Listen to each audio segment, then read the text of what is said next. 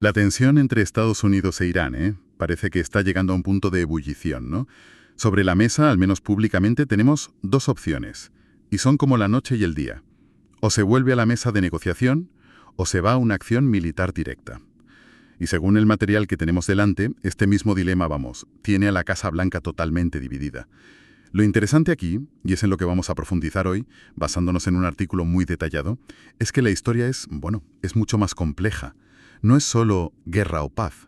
Resulta que mientras se lanzan todas estas amenazas, todos estos ultimátums, hay una línea de comunicación secreta que nunca se ha roto. Y eso, claro, lo cambia todo. Nuestra misión hoy es entender esa dualidad, la batalla pública de ideas en Washington y, por otro lado, el juego de sombras que se desarrolla a puerta cerrada. Exacto.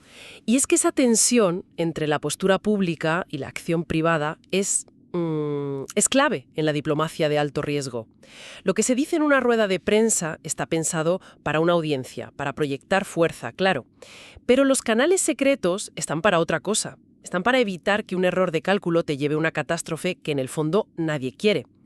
El dilema aquí, y es lo que la fuente explora, es cuál de esas dos realidades, la pública o la privada, acabará por imponerse mientras el programa nuclear iraní avanza a una velocidad vertiginosa. Vale, vamos a desgranar esto. Empecemos por esa fractura dentro de la administración porque es muy clara. Por un lado, tenemos al bando diplomático, con el vicepresidente J.D. Vance a la cabeza. El artículo cita una declaración suya de la semana pasada, que es muy directa.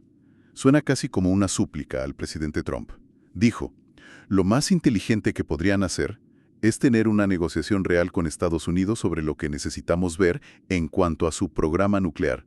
Es una oferta pública, vaya, sin ambigüedades. Es una oferta, sí, pero hay que preguntarse cómo se recibe eso en Teherán.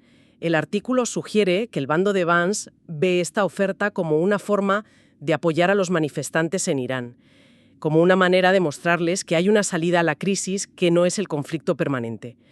Pero, a ver, desde la perspectiva del régimen iraní, ¿podrían interpretar esta oferta pública hecha en un momento de máxima presión como una señal de que Washington está dudando? ¿De que su estrategia de máxima presión quizás se está resquebrajando? A veces una mano tendida puede ser interpretada como un signo de debilidad. Es un riesgo enorme, desde luego. Si Teherán piensa que Washington está parpadeando, podría envalentonarse, tanto en su programa nuclear como en la represión interna. Y eso nos lleva directamente al otro lado de la balanza, la postura del propio presidente Trump. El artículo es bastante explícito. Dice que él se inclina por autorizar ataques militares.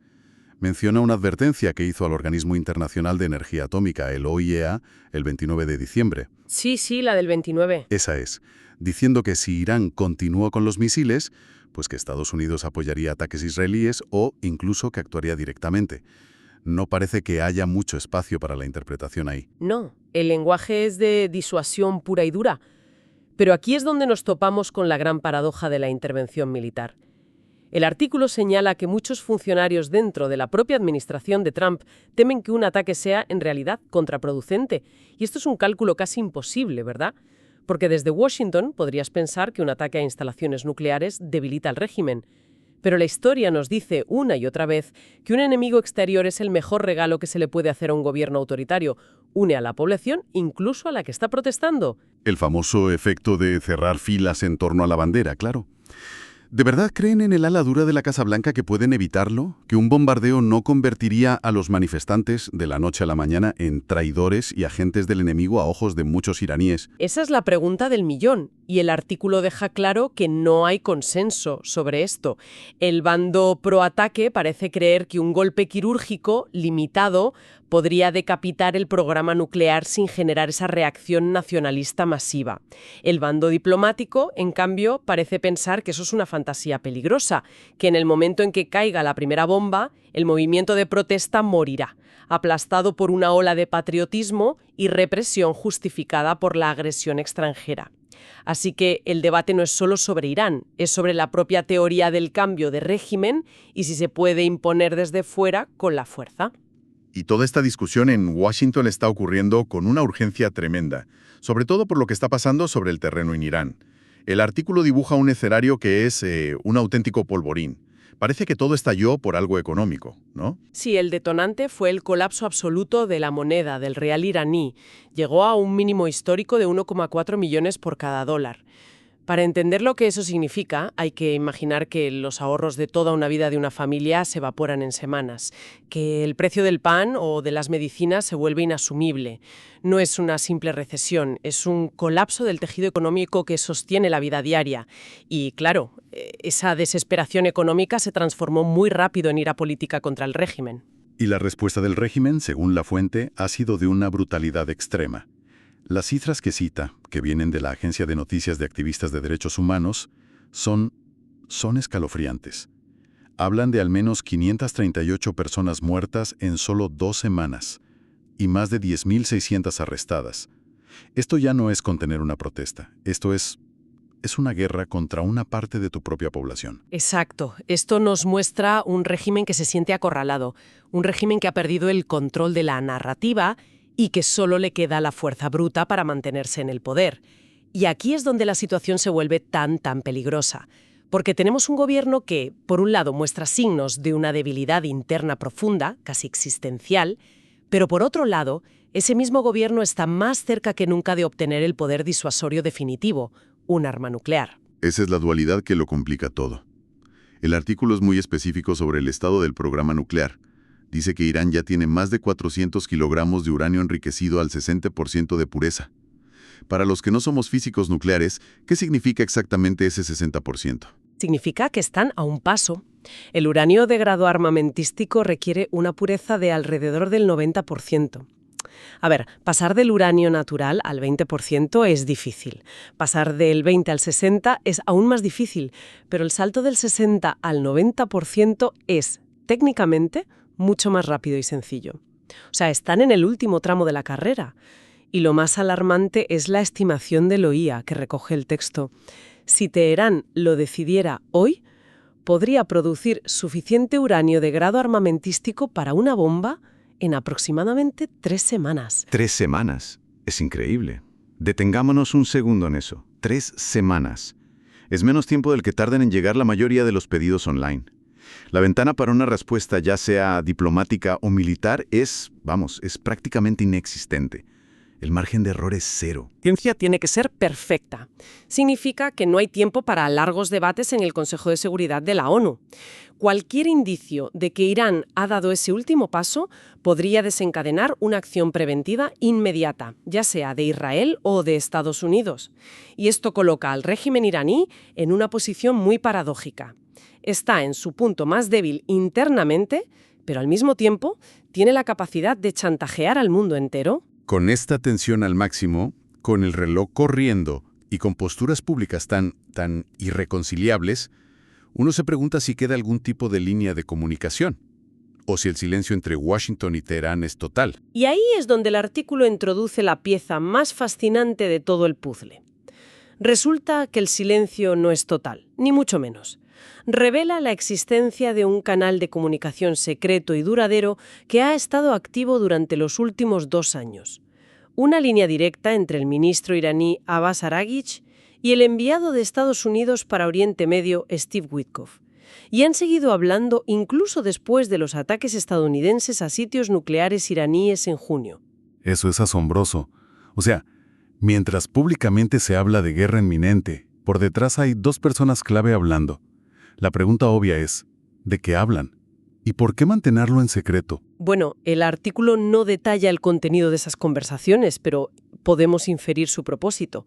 A un nivel básico, es una línea de desconflicto, un teléfono rojo para asegurar que un incidente en el estrecho de Hormuz, por ejemplo, no escale a una guerra total por un malentendido, pero probablemente sea algo más. Es un reconocimiento pragmático, a puerta cerrada, de que ninguna de las 2 partes quiere realmente una guerra total y de que la única salida real es algún tipo de acuerdo. El secretismo es esencial, claro. Cualquier concesión o incluso el simple hecho de hablar sería visto como una traición por los halcones de ambos lados. Esto me plantea otra pregunta. ¿El bando diplomático de Vance sabe de este canal? ¿O es una operación tan secreta que solo la conoce un círculo muy reducido en torno al presidente? Y Vance está haciendo su propuesta de negociación a ciegas, sin saber que ya existen conversaciones. Una pregunta excelente. Y la fuente no lo aclara, lo que sugiere varias posibilidades. Podría ser que este canal sea una iniciativa del propio Trump, paralela e incluso en contradicción con su propia retórica pública, una especie de póliza de seguro, ¿sabes?